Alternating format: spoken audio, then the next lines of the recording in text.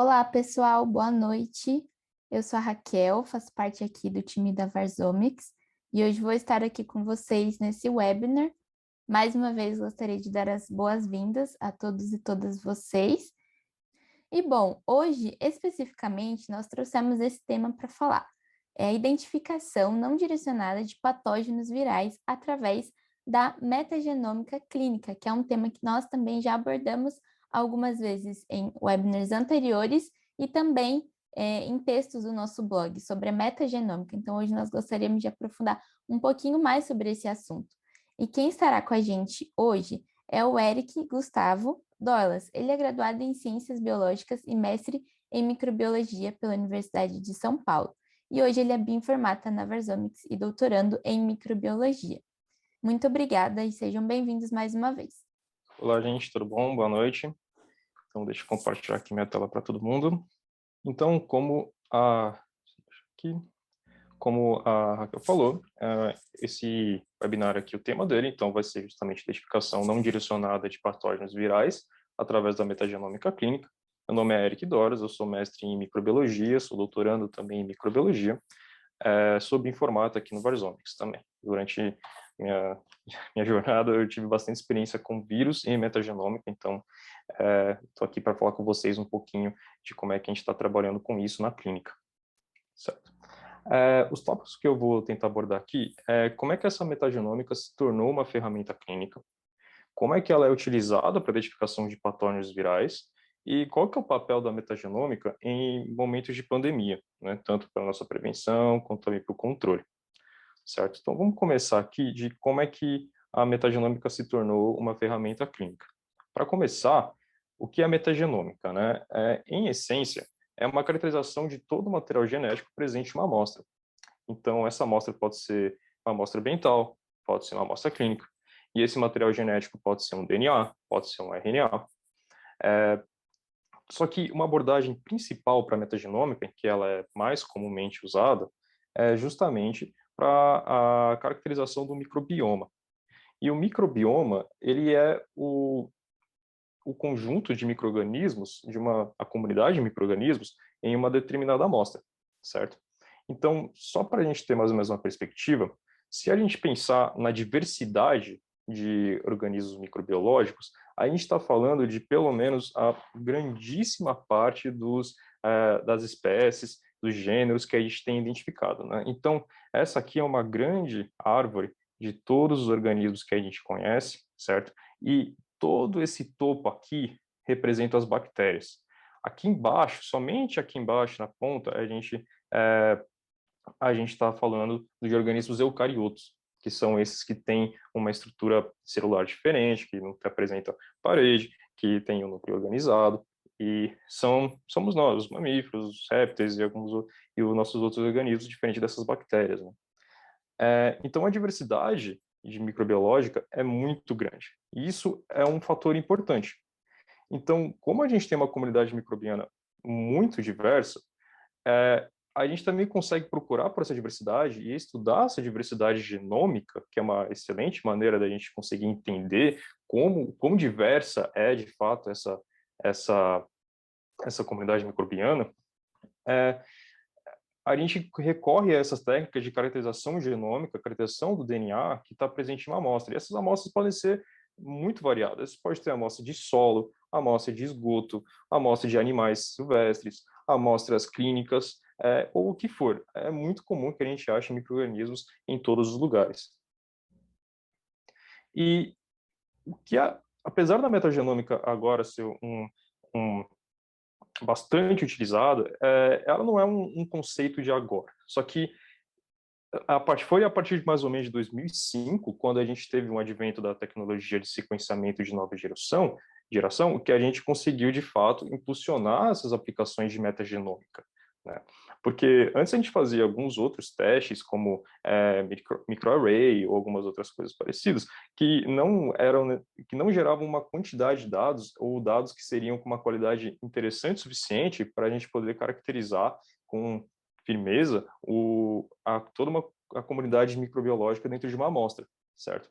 E aí, com esses adventos da tecnologia de sequenciamento que a gente começou a pensar também na implicação da metagenômica no papel, como papel clínico, certo? Uma metagenômica clínica. Isso porque se a gente consegue caracterizar todos os micro-organismos diferentes que estão dentro de uma amostra clínica, a gente também pode encontrar aqueles que a gente sabe que são organismos patogênicos, certo? Porque justamente é isso que alguns deles são, né? Eles são patogênicos. A gente tem o vírus, como todo mundo agora já conhece, estão bem populares, né? Organismos que são extremamente patogênicos, alguns deles. Bactérias também são patogênicos, fungos também patogênicos. A gente tem uma variedade bem grande. Isso aqui foi justamente o que aconteceu, né? Então, o custo do genoma, do sequenciamento de um genoma, a partir de 2006, 2007, a gente viu que teve um declínio muito acentuado, né? E se você comparar esse gráfico com esse aqui, que é o número de inclusão de espécies virais espécies de vírus que a gente conhece em um banco de dados muito conhecido, que é o GenBank do NCBI, a gente vê que tem essa correlação. Conforme o custo do genoma vai diminuindo, a gente vai aplicando essas técnicas metagenômicas e assim a gente vai entendendo mais sobre essa diversidade microbiana. É claro que aqui eu dei o exemplo então, de vírus, o que a gente tinha há 10 anos atrás, a gente tinha um pouco mais de 2.000 espécies caracterizadas, o genoma delas com sequência depositadas nesse banco de dados. 10 anos depois, a gente está aí com mais de 9.000 espécies caracterizadas e o genoma delas já conhecidos. Então, o que é uma coisa muito interessante também é que a metagenômica não é uma abordagem direcionada, certo? E isso é muito importante na clínica. Vamos tomar aqui como exemplo a técnica de PCR. PCR agora também é uma técnica que ficou bastante em voga, né, nesses últimos anos, pelo menos 2 últimos anos. Muitas pessoas provavelmente aqui já fizeram PCR pelo menos uma vez, talvez, né, para tentar detectar o novo coronavírus que surgiu nesses últimos anos também, desde 2020. E o que justamente é essa técnica de PCR? Falando bem por cima, é uma técnica que vai tentar detectar a presença de um material genético do organismo naquela amostra. Pode ser uma amostra clínica, pode ser uma amostra ambiental. Também, por cima, né? Só para a gente, senão a gente não vai ter tempo. Ele vai, a partir de uma fita de DNA que vai estar presente naquela amostra, que vai ser a fita de DNA que a gente quer identificar, a gente vai separar essas duas fitas, a gente vai anelar essas duas fitas primers. Esses primers são os que justamente tornam essa técnica direcionado, né, para a detecção de um tipo específico de micro-organismo, certo? Então, isso aqui, na verdade, é excelente, e a gente precisa dessas técnicas, porque a gente precisa também detectar de uma maneira rápida e consideravelmente mais simples que uma técnica metagenômica, a presença ou não daquele micro-organismo em uma amostra, certo? E tem que ser de uma maneira direcionada, porque ninguém ia querer fazer o PCR para detecção de coronavírus nesses últimos anos se tivesse o pensamento que esse teste também poderia ser positivo para uma bactéria, né? Por exemplo, um Streptococcus, que é muito comum na garganta de pessoas saudáveis. Então, você faria aquele swab e você poderia ser positivo para coronavírus, como também você poderia ser positivo para Streptococcus. Isso não teria uma significância clínica que a gente poderia, de fato, usar para fazer um diagnóstico. Então, é importante que essa técnica aqui seja direcionada.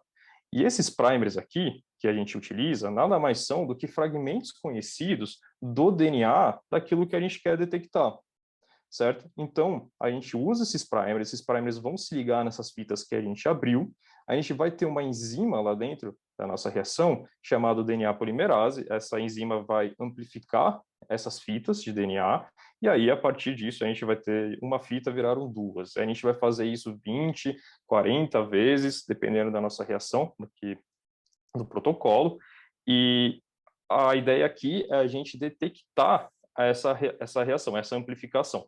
Se essa amplificação ocorreu, então a gente pode dizer que havia presença desse material genético na amostra.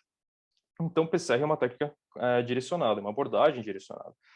diferente da abordagem metagenômica. Eu vou explicar melhor em outro slide, isso aqui ficou tudo meio condensado, mas, em essência, o que a gente faz aqui é que a gente parte também de materiais como cultura celular, urina, fezes, pode ser uma biópsia de tecido, pode ser fluidos corporais, então sangue total, líquor, pode ser um suave nasal, pode ser um suave oral, pode ser um suave de pele.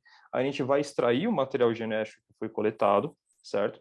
E a partir desse material genético extraído, a gente vai fazer uma preparação, a gente vai preparar uma biblioteca, ou seja, a gente vai incluir alguns índices nesses fragmentos de DNA que a gente conseguiu extrair, e a partir daí, quando a gente tiver essa biblioteca pronta, dependendo do protocolo que a gente escolher, a gente vai colocar nesses sequenciadores de nova geração, que vão dar como output uma quantidade muito grande de dados, que a gente depois disso vai poder analisar com calma na bioinformática e tentar quais são as espécies de micro-organismos que vão estar presentes naquela amostra. E aí a gente também pode tentar utilizar o resultado daquilo que a gente encontrou com a clínica de um paciente, ou então tentar entender um pouco mais sobre aquela amostra ambiental que a gente coletou. Então, quais são as aplicações clínicas, né? As aplicações clínicas para metagenômica, na verdade, são diversas e não são somente voltadas para micro-organismos. Mas aqui, como justamente é o tema desse webinar, vou dar mais enfoque sobre essas que são voltadas para micro-organismos, né? Então, a primeira delas é justamente a identificação de micro-organismos, certo? Então, a gente tem um paciente que chegou e a gente quer ver ele está com queixa de febre, ou então alguns outros sintomas, a gente pode utilizar a técnica metagenômica numa amostra clínica dele para ver se a gente detecta um micro-organismo lá, como um vírus, certo? Ou uma bactéria específica. A gente também pode procurar como a gente vai ter como resultado final um sequenciamento genético, né? Vão ser grandes quantidades de sequência genética do material, a gente também pode procurar por genes específicos que também são responsáveis por algum tipo de resistência a antibióticos, né? Ou então resistência a antivirais, ou então a gente também pode analisar melhor também o DNA daquela bactéria, o vírus, procurar por algumas diferenças que podem também contribuir para a virulência. O que também não tem aqui, mas eu acho que é bem interessante a gente falar, é que a gente também pode procurar utilizar técnicas metagenômicas também para fazer uma genotipagem e também um estudo filogenético de algum tipo de micro-organismo, certo? Então, como aquele micro-organismo está se diversificando, a gente também pode tentar utilizar isso para entender melhor como é que foram os eventos de infecção e por aí vai. Além disso, também podemos utilizar essas técnicas metagenômicas. Uma outra aplicação clínica, né, seria uma análise do microbioma do hospedeiro.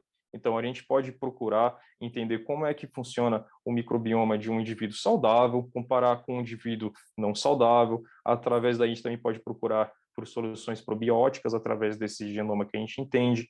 A gente também pode utilizar a técnica metagenômica para também fazer um estudo de transcriptoma, que são aqueles genes que estão ativos em um momento de infecção, né? E entre outras também outras aplicações que a gente pode usar a metagenômica na clínica, certo? Mas aqui, nossa intenção principal é falar da identificação, como a gente utiliza a metagenômica para essa identificação de patógenos virais, certo? E aí a gente vem a primeira pergunta, por que vírus? Por que a gente tem que falar somente de vírus, né? Um pouquinho de atenção aos vírus. Para começar, porque vírus são organismos extremamente diversos, né? Tem essa matéria aqui, que saiu da Nature, que fala da incrível diversidade dos vírus e também fala como é que nós estamos hoje em dia na época do viroma, né? E eu vou explicar isso um pouquinho mais para frente. Também passa umas métricas muito interessantes e muito legais que ficam além da nossa imaginação, do nosso entendimento, conseguir imaginar números tão grandes, mas ele comenta como é que tem 10 elevado a 31 partículas virais nos oceanos? É um número muito grande para a gente poder conceber. Ou então que a gente tem 1 milhão de vezes o número de partículas virais, 1 milhão de vezes a mais do que o número de estrelas que a gente conhece no nosso universo. Então, a gente vê como é que tem uma grande diversidade de vírus, como é que a gente também tem uma grande quantidade de vírus também.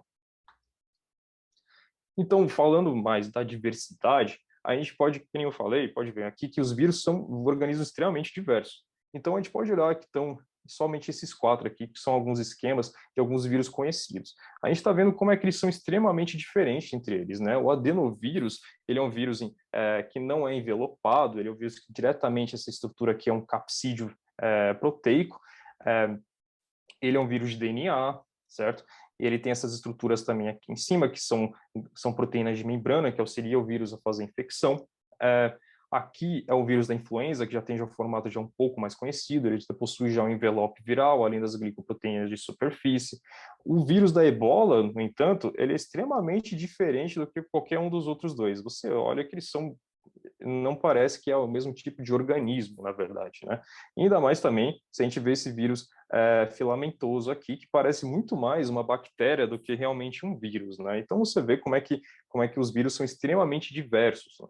E aqui também a gente vê, foi um estudo muito interessante mostrando como é que a diversidade viral da comunidade viral de um lago lá na Antártica, e olha só a quantidade de vírus diferentes, né, que eles conseguiram achar de tamanhos também muito diferentes. Isso aqui tem somente 50 nanômetros, enquanto esse aqui tem 3 vezes o tamanho dele.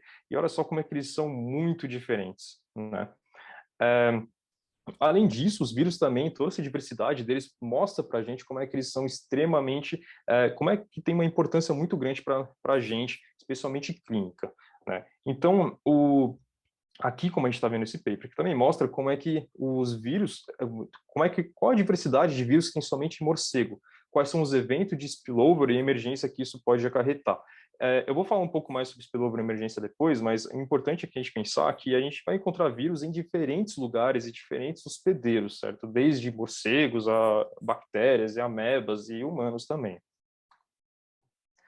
Aqui vem, talvez, a importância clínica mais recente dos vírus, que foi aquela primeira detecção do vírus SARS-CoV-2 lá na China, né? Esse paper foi publicado em fevereiro de 2020, e a gente viu que como é que um período tão pequeno de um pouco mais de 2 anos hoje, né, esse vírus mudou completamente as nossas vidas, né? Pelo menos todo mundo foi, de alguma maneira, impactado por esse vírus no último ano. Mesmo que você não seja profissional da saúde, mesmo que você não tenha, não dê importância a micro-organismos ou vírus, você, de algum jeito, foi impactado por esse vírus que apareceu lá na China, né?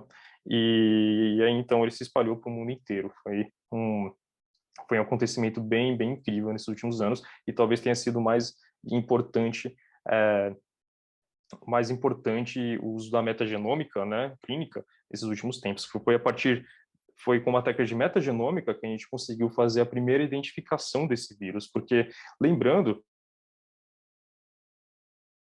para a detecção do SARS-CoV-2 em 2020, ou então em dezembro de 2019, né, quando começaram os casos. Não tinha como fazer um teste específico para aquilo. Por isso que foi somente alguns meses depois, e depois de alguma quantidade de casos, que a gente conseguiu identificar que havia um vírus, que era um SARS-CoV-2, parente do SARS-CoV-1, que circulou mais ou menos em 2002 e 2003, e também tinha uma taxa de mortalidade altíssima.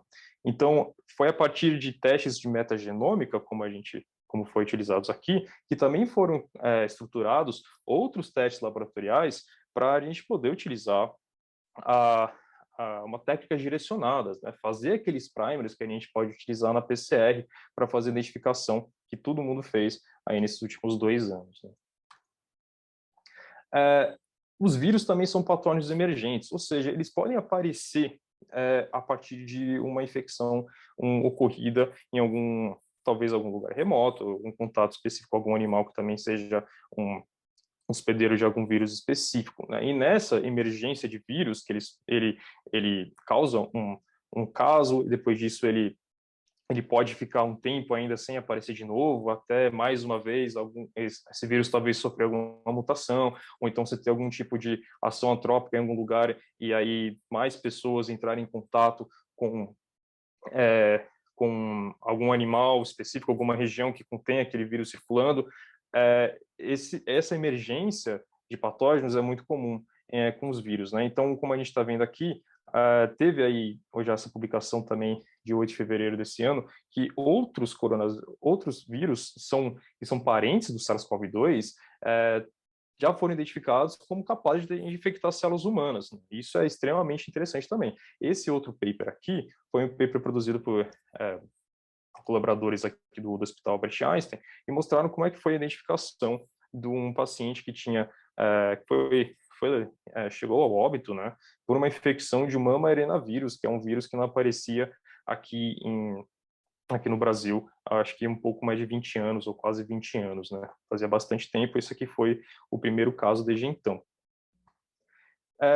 Então, a gente pode utilizar essas abordagens metagenômicas para fazer essa identificação viral. E existem diferenças, na verdade, abordagens de sequenciamento nova geração, né? Que vou tentar explicar mais ou menos aqui. De uma maneira geral, você vai ter uma amostra, que pode ser uma amostra clínica, que vai ter uma diversidade grande de micróbios lá, como, por exemplo, um suave de garganta. Lá você vai ter bastante organismo que vai já estar lá, são organismos comensais, bactérias que são comuns de você encontrar na sua garganta, quanto você também pode encontrar um patógeno, certo? E você pode, a partir dessa amostra clínica, fazer uma técnica de sequenciamento nova geração que seja direcionada para detectar somente aquele patógeno e é com base de amplicons, né, que são aqueles o produto, né, dos PCRs, de toda aquela amplificação, o produto daquilo são amplicons, né? E essa aqui é uma técnica muito interessante e muito válida quando você está tentando fazer um organismo específico. Mas quando você quer tentar entender um pouco mais sobre a diversidade de organismo naquela amostra, ou então quando você não sabe muito bem o que procurar naquela amostra clínica, você tem que partir para uma abordagem de metagenômica mesmo, em que você vai procurar sequenciar todo o material genético que tem lá, ter um output de dados bem grande e trabalhar com esses dados para tentar entender o que está ali dentro pode estar causando alguma doença. Então, a gente trabalha junto a bioinformática, a biologia molecular e também a medicina para poder analisar esses dados, né, e chegar em um consenso do que um paciente pode apresentar. Então, o que é muito comum da gente encontrar com vírus são síndromes não específicas. Então, um paciente pode chegar a um consultório médico apresentando alguns sintomas como febre, tosse, mialgia, diarreia, icterícia e exantema. Isso são sintomas que são extremamente diversos e eles podem se agrupar de determinada maneira ou então se isolarem de um jeito que não faça sentido você chegar a um diagnóstico somente com esses sintomas. Você só pensando nos vírus que podem causar esses sintomas, a gente pode pensar em dengue, a gente pode pensar em sarampo, febre amarela, hepatite, influenza. A gente pode pensar, na verdade, em mais de um vírus, né, infectando o mesmo paciente. A gente também pode pensar em um vírus que ninguém conhece infectando esse paciente, ou então a gente também pode pensar em vírus nenhum, né? Que também é um resultado completamente válido e ajuda bastante a direcionar o médico em como é que ele vai seguir com o tratamento desse paciente, né? Se ele vai suspeitar mais como infecção bacteriana, ele pode também pensar nos antibióticos, mas se ele ainda pensar em vírus, então talvez uma abordagem diferente, e por aí vai. Então, a gente pode utilizar essas técnicas metagenômicas para tentar, a partir do sequenciamento total daquela amostra, procurar aqueles organismos que são considerados já conhecidos como patógenos, então uma coisa ainda diferente, né? Então, o que a gente tem no Hospital Albert Einstein é um exame chamado viroma. Então, se o microbioma é o estudo, a caracterização dos organismos microbiológicos de uma amostra, o viroma é a caracterização da comunidade viral dentro daquela amostra, né? Pode ser clínica, pode ser ambiental também. Então, como é que esse exame funciona, né? Então, na parte laboratorial, a gente vai a partir de uma amostra clínica, né, que normalmente pode ser um sangue total, líquor, pode ser um aspiragem nasofaringe, pode ser um suave nasofaringe. A gente vai fazer uma extração de RNA total dessa amostra. A gente vai também tratar essa amostra com DNase, que assim a gente vai retirar todo o DNA que vai estar dentro dessa amostra. Vamos tentar purificar esse DNA também. Vamos tirar todos aqueles RNAs que são RNAs do hospedeiro, RNAs bacterianos, certo? E depois disso a gente vai seguir com outras etapas. A primeira delas a gente vai fazer, depois a gente vai fazer uma amplificação randômica desse cDNA. Então, a gente vai fazer o preparo da biblioteca, colocar aqueles índices, colocar aqueles barcodes, e então seguir para o sequenciamento dessa amostra, né? E vai ter, então, a produção de bastante dados, e esses dados, então, vão ser analisados pela bioinformática. Primeiro, a gente vai fazer um controle desses dados, fazer um controle da qualidade deles. A gente vai tentar remover os contaminantes humanos, porque apesar de a gente ter usado essas enzimas como DNAs e tudo mais, essa amostra foi manipulada, embancada mesmo, né? E isso, de algum jeito, também consegue contaminar, e a gente encontra bastante DNA do hospedeiro nessa amostra. Então, isso aqui é uma maneira da gente remover, diminuir essa contaminação. E seguimos a partir daí, então, com 2 rounds de identificação do microbiano, certo? E depois, então, que a gente tem uma, uma confirmação dos nossos achados, a gente faz essa comunicação para o médico e seguimos a partir daí, correto? Então, vou falar aqui de uma maneira agora, então, mais específica de cada etapa do nosso pipeline. Esse aqui é o nosso pipeline do Viroma, certo? Então, começando aqui de cima, né, com esses dados brutos que chegam do sequenciamento, certo? Tem vários, vamos dizer, seções aqui do pipeline, certo? Então, começando aqui a partir da primeira, que é o controle da qualidade. Então, primeira coisa, como eu falei, vamos olhar o geral da qualidade daquele sequenciamento. Então, vamos ver quantas reads que foram geradas do sequenciador apresentaram uma qualidade que é interessante para a gente, que já validada. A gente vai tirar as reads que são muito curtas, né? E depois disso a gente vai fazer esse mapeamento com o genoma humano. Vamos produzir, a partir desse mapeamento, um arquivo chamado BAM. Esse arquivo chamado BAM, a gente vai transformá-lo de novo em um arquivo FASTQ. Esse arquivo FASTQ é o mesmo arquivo bruto do que sai do sequenciador. Depois disso, a gente vai remover o RNA ribossomal. Todas essas etapas aqui geram dados de métricas que a gente vai avaliar depois para a gente ver se a gente considera se essa amostra tem uma boa ou uma má qualidade para seguir com um pipeline, né? Então, tudo isso aqui, todos esses dados, eles são armazenados. O que vai acontecer também, a gente também tem um segmento aqui do nosso pipeline, ele vai fazer um outro mapeamento com um outro alinhador chamado STAR, que é um mapeador mais específico para genomas grandes que contém splicing, né?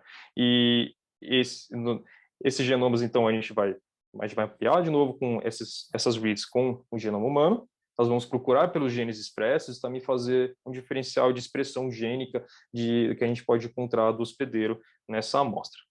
Depois daí, dessas duas etapas, que é a etapa de controle de qualidade e também da resposta do hospedeiro, a gente vai seguir pela etapa de classificação e identificação taxonômica da amostra. Então, a gente vai remover primeiro as reads de baixa complexidade. Essas reads de baixa complexidade são aquelas que são vários nucleotídeos,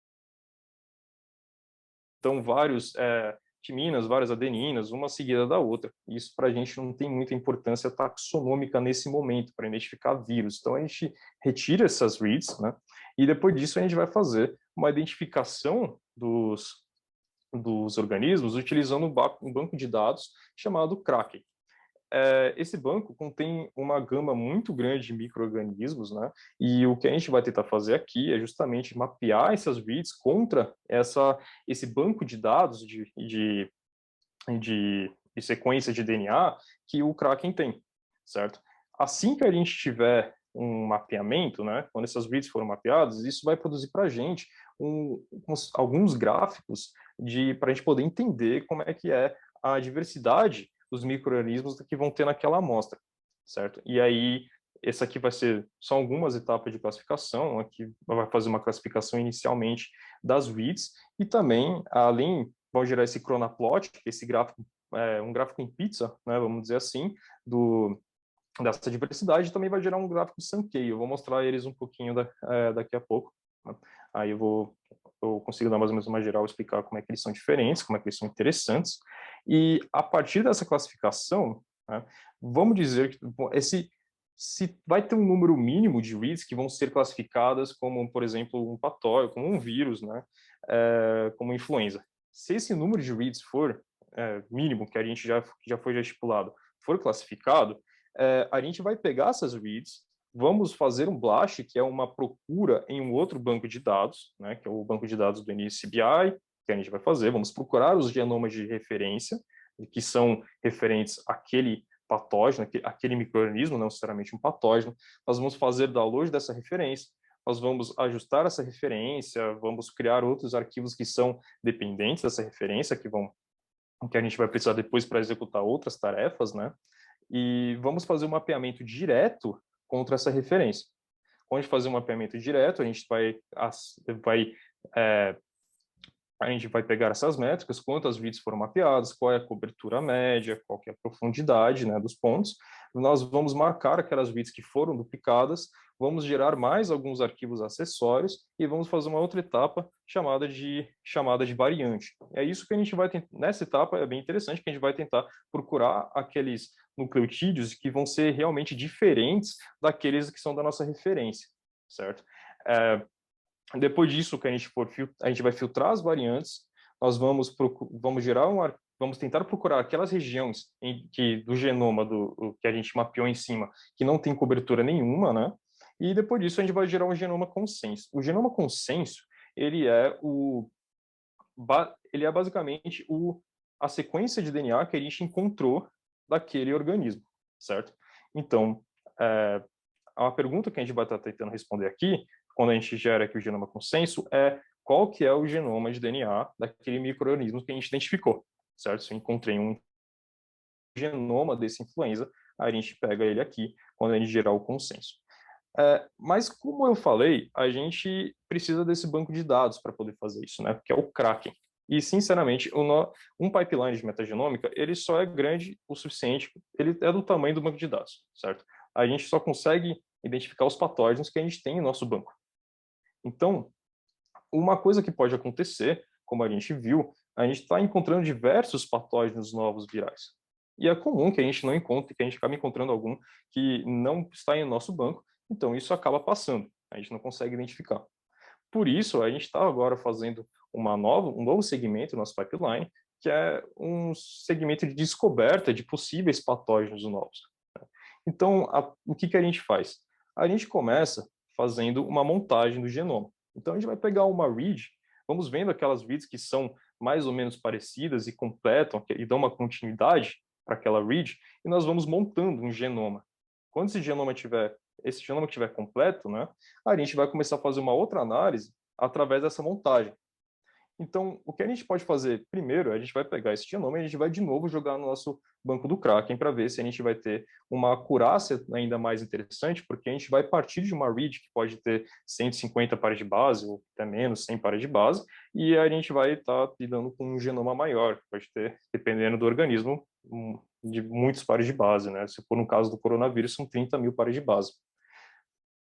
Então, isso aqui facilita para a gente a identificação de algum organismo. Mas se mesmo assim ele não estiver no nosso banco de dados, a gente também vai seguir a partir daí fazendo uma anotação dessa proteína. O que significa? A gente vai procurar dentro desse genoma montado algumas características que vão mostrar para a gente que uma proteína vai começar a ser traduzida através daquele genoma. São alguns nucleotídeos certos que vão mostrar para a gente que a partir daquele ponto uma proteína poderá ser produzida. A gente vai anotar que proteína possivelmente poderia ser ela, e através daí a gente vai começar a seguir com uma outra identificação. Uma dessa identificação é através de um método um pouco mais sensível, que é a procura de genes ortólogos. Genes ortólogos são genes que são comuns de um ancestral e mantêm a mesma função. Então, eles são diferentes, né? Mas eles têm a mesma função. Então, se você pegar um influenza diferente, que pode aparecer por agora, é comum que ele tenha uma proteína que seja muito semelhante a influenzas já caracterizados há muito tempo atrás. Então, você vai ter uma proteína que vai ter em geral, uma mesma função, e a gente vai utilizar uma coisa chamada modelos marcovianos, né, que são um modelo estatístico de como é que é essa proteína, certo? Então, a gente vai utilizar essa ferramenta para tentar achar essas proteínas que são distantes, e assim isso também gera uma sensibilidade maior para o nosso pipeline. Uma outra maneira da gente tentar procurar organismo funcional dessas proteínas, né? Então, a gente vai anotar essas proteínas aqui nessa seção, e a partir daí a gente vai tentar procurar por organismos, por outras proteínas que são similares em bancos de dados, como a gente está vendo por aqui, e também funções que a gente também já tem caracterizadas. certo? Então, isso aqui tudo é um outro segmento da nosso pipeline, que ainda está em desenvolvimento, mas também é bem promissor para a gente tentar encontrar esses organismos que podem fugir do nosso banco de dados que a gente usa aqui para fazer a nossa classificação taxonômica. Aqui são dois exemplos de gráfico, né? A gente tem esse gráfico do Crona, né, que é o primeiro que eu falei aqui. Ele é um gráfico bem interessante, bem interativo, né? Você vai conseguindo abrir, não sei se alguém aqui já usou o Crona, já deve já saber. É muito interessante conforme você vai investigando e classificando esses reads, né? Aqui é uma amostra que a gente conseguiu detectar o HIV1, muito legal. E aqui é um outro gráfico, que é um gráfico de Sankey. Ele mostra para a gente uma diversidade de uma maneira um pouco mais é bem bonita, na verdade, muitos papers usam esses gráficos, é muito legal. E também tem mostra para a gente uma visão um pouco mais geral do que o Kraken, que o Crona, que a gente tem que ir investigando mais a fundo. Então, agora a gente vai pensar um pouquinho sobre como é que é a aplicação de metagenômica em situações de pandemias, né? Então, primeiro eu queria falar desse paper que é muito interessante, ele foi feito por um grupo lá do John Hopkins, que é um grupo muito grande para para caracterização genômica e de micro-organismos lá nos Estados Unidos, e ele mostrando quais são as características que os micróbios têm que ter para causar uma pandemia, e na verdade a palavra que usaram aqui foi uma catástrofe global, né? E aqui eles chegaram muito bem à conclusão de que vírus são normalmente os organismos que a gente espera que causem uma catástrofe global, né? Isso por quê? Porque eles têm essa alta diversidade, né? Eles têm uma alta infectividade, eles têm uma alta taxa de mutação, o que facilita o evento de spillover. Então, o que isso quer dizer? Normalmente, vírus são... A gente pode encontrar vírus em diversos lugares, em diversos hospedeiros.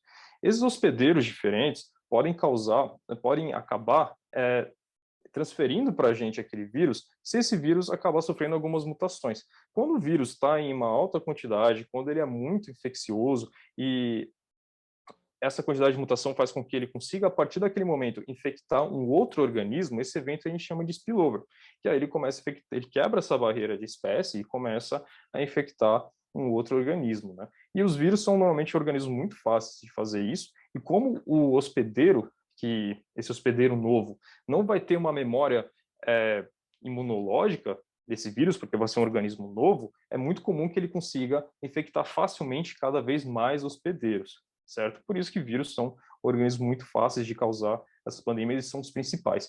O que eu acho interessante desse paper também, um pouco irônico, é que ele foi publicado aqui dia 30 de agosto de 2019, que a gente já comentou, da identificação do SARS-CoV, né? E que é um vírus de transferência respiratória, que é que seriam os mais prováveis de causar uma catástrofe global. E hoje em dia ele já tem, então, pelo menos até hoje à tarde, já tinha 510 milhões de casos confirmados e 6 milhões de mortes também confirmadas. Apesar de nessa pandemia ter sido um coronavírus, muito se esperava que fosse talvez o vírus da influenza. O vírus da influenza ele já é conhecido já por causar pandemias, na verdade, há um tempo. Desde 1918, a gente já tem um relato da gripe espanhola, que foi uma gripe que também teve uma taxa de mortalidade altíssima durante muitos anos. E a partir daí outras pandemias de influenza também foram surgindo na década de 50, na década de 70, e a mais recente foi a pandemia de H1N1. Mas o influenza ele é um vírus extremamente diverso, que ele está em diferentes organismos, né?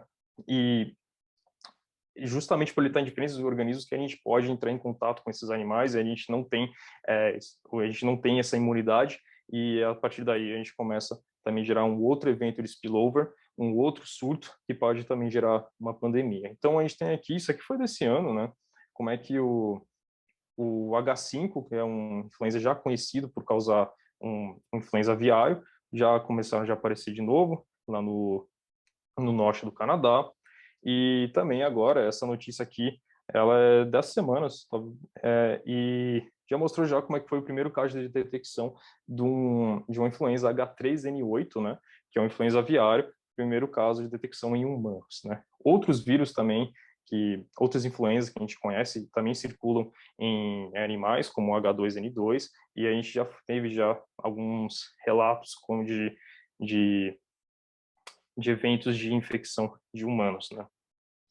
Então, como é que a metagenômica pode prestar serviço, né, num momento de pandemia? Como é que a gente pode utilizar a metagenômica em uma pandemia? Uma maneira é utilizar a metagenômica como prevenção. Então, como eu já falei, é muito comum a gente encontrar esses vírus que acabam gerando pandemias em animais silvestres. Como a gente já sabe, já que o coronavírus, aparentemente, ele foi originado de um morcego, né?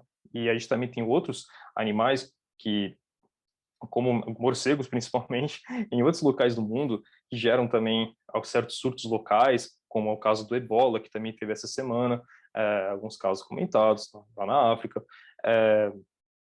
O coronavírus, o SARS-CoV-1 também, ele apareceu na Ásia, no sul da Ásia, da China, também em 2002, 2003, também era um vírus de morcego, e a gente sabe que também que aves também apresentam outros vírus que também têm capacidade de infecção de humanos, né? E é sempre interessante a gente pensar nesses vírus, como esses animais, como uma fonte de organismos que a gente não conhece e que pode acabar gerando essas pandemias, né? Então, animais que são migratórios, ou seja, aves migratórios, que podem ficar voando de um continente ao outro. Então, por exemplo, aquela ave chamada maçarico, ela fica nos Estados Unidos e também quando na troca de estações ela migra aqui para o Brasil e com isso ele pode trazer os patógenos que são daquelas aves de lá podem vir para cá e vice-versa, né? Alguns animais silvestres têm contato com o humano de uma maneira às vezes direta, que nem eu comentei aqui desses casos que a gente teve na África, né? Algumas pessoas se alimentam desses animais e aí acaba contraindo esses patógenos, né? Então, como a gente está vendo aqui, muitas dessas aves que são, essa imagem aqui me dá até mesmo nervoso, que são diversas aves, diversas galinhas que ficam todas juntas e só precisa de uma delas apresentar influenza para todas elas terem, né? E são tantas galinhas e a influenza pode ir pulando de uma para outra, acumulando mutações e eventualmente pode acabar infectando uma pessoa, né? Foi mais ou menos o contato de diferentes animais, foi uma ave silvestre junto com um influenza suíno, que acabou gerando a gripe de H1N1 que aconteceu em 2009, e foi tudo justamente o contato que a gente tem com esses animais em produção e junto com as aves migratórias, então acaba acontecendo. Então, a gente pode utilizar a metagenômica para justamente procurar quais são os organismos que estão presentes nessas amostras, nesses animais, e assim a gente já se preparar um pouco mais sobre o que está circulando. Assim a gente também consegue pensar em medidas de tentar lidar com isso e conter isso antes mesmo de começar a aparecer um surto ou alguma coisa parecida. Um projeto que tem aqui no Brasil é o projeto Previr, ele apareceu agora, se eu não me engano, foi em 2020, ele justamente está propondo fazer o sequenciamento de diferentes animais, diferentes amostras, várias amostras de animais selvagens que tem aqui no Brasil, para a gente poder entender melhor qual que é toda essa diversidade de vírus que a gente tem nos nossos animais daqui. É importante a gente pensar que o Brasil está situado em uma região tropical do globo, né? Que também a Ásia também está junto com a China. Isso faz com que a gente tenha uma diversidade muito grande de animais e também uma diversidade muito grande de micro-organismos como vírus, né? Então, fica a ideia do Previr é justamente a gente tentar prevenir com que essas outras coisas, que eventos como o que aconteceram, aconteçam de novo, né? E também é interessante pensar como é que a metagenômica também pode ser usada em situações de pandemia para fazer o controle.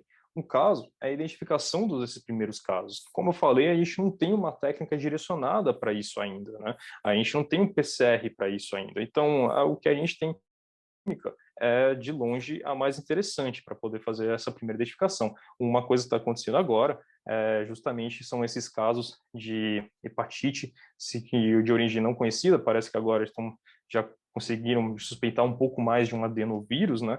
E a técnica de metagenômica é o que justamente ajuda a identificação desses patógenos em casos assim, que a gente não tem essa origem, não sabemos o que é ainda. E a partir daí você pode identificar esse primeiro caso, você pode contribuir com o isolamento do indivíduo, Você pode também entender um pouco melhor sobre a epidemiologia do que está acontecendo, para poder entender de onde que veio esse patógeno, talvez um vírus, né?